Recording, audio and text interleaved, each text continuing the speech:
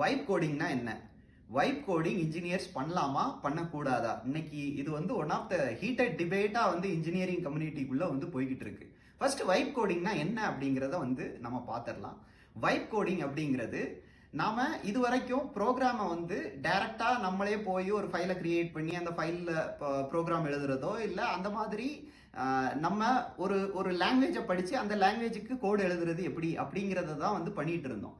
இந்த ஏஐயோட advancement, AI tools, AI மூலியமா கோபைலட்ஸ் இதெல்லாம் வர ஆரம்பிச்சதுக்கு அப்புறம் ஏஐ வந்து அசிஸ்டண்டாவோ கோபைலட்டாவோ இல்லை ஒரு பேர் ப்ரோக்ராமராவோ யூஸ் பண்ணி டைரக்டா ஏஐ மூலியமாவே கோடை ஜெனரேட் பண்றது அப்படிங்கிறது தான் வந்து வைப் கோடிங். இது பண்ணலாமா பண்ணக்கூடாதா அப்படிங்கிறத நம்ம பிறகு பார்ப்போம்.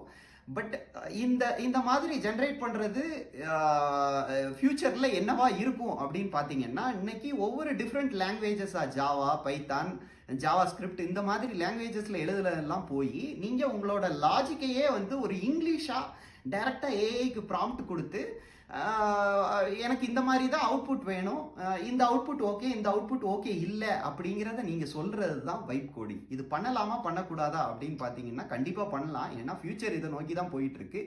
எந்த அளவில் பண்ணணும், எந்த அளவில் பண்ணக்கூடாது, எந்த இடத்துல ஹியூமன் ஜட்மெண்ட் வேணும், எந்த இடத்துல ஏஐ நம்பலாம் நம்பக்கூடாது அப்படிங்கிறத நீங்கள் கண்ட்ரோல் பண்ணணும். அதை மட்டும் நீங்கள் கண்ட்ரோல் பண்ணிக்கிட்டீங்கன்னா வைப் கோடிங் பண்ணுறதுல தப்பே இல்லை.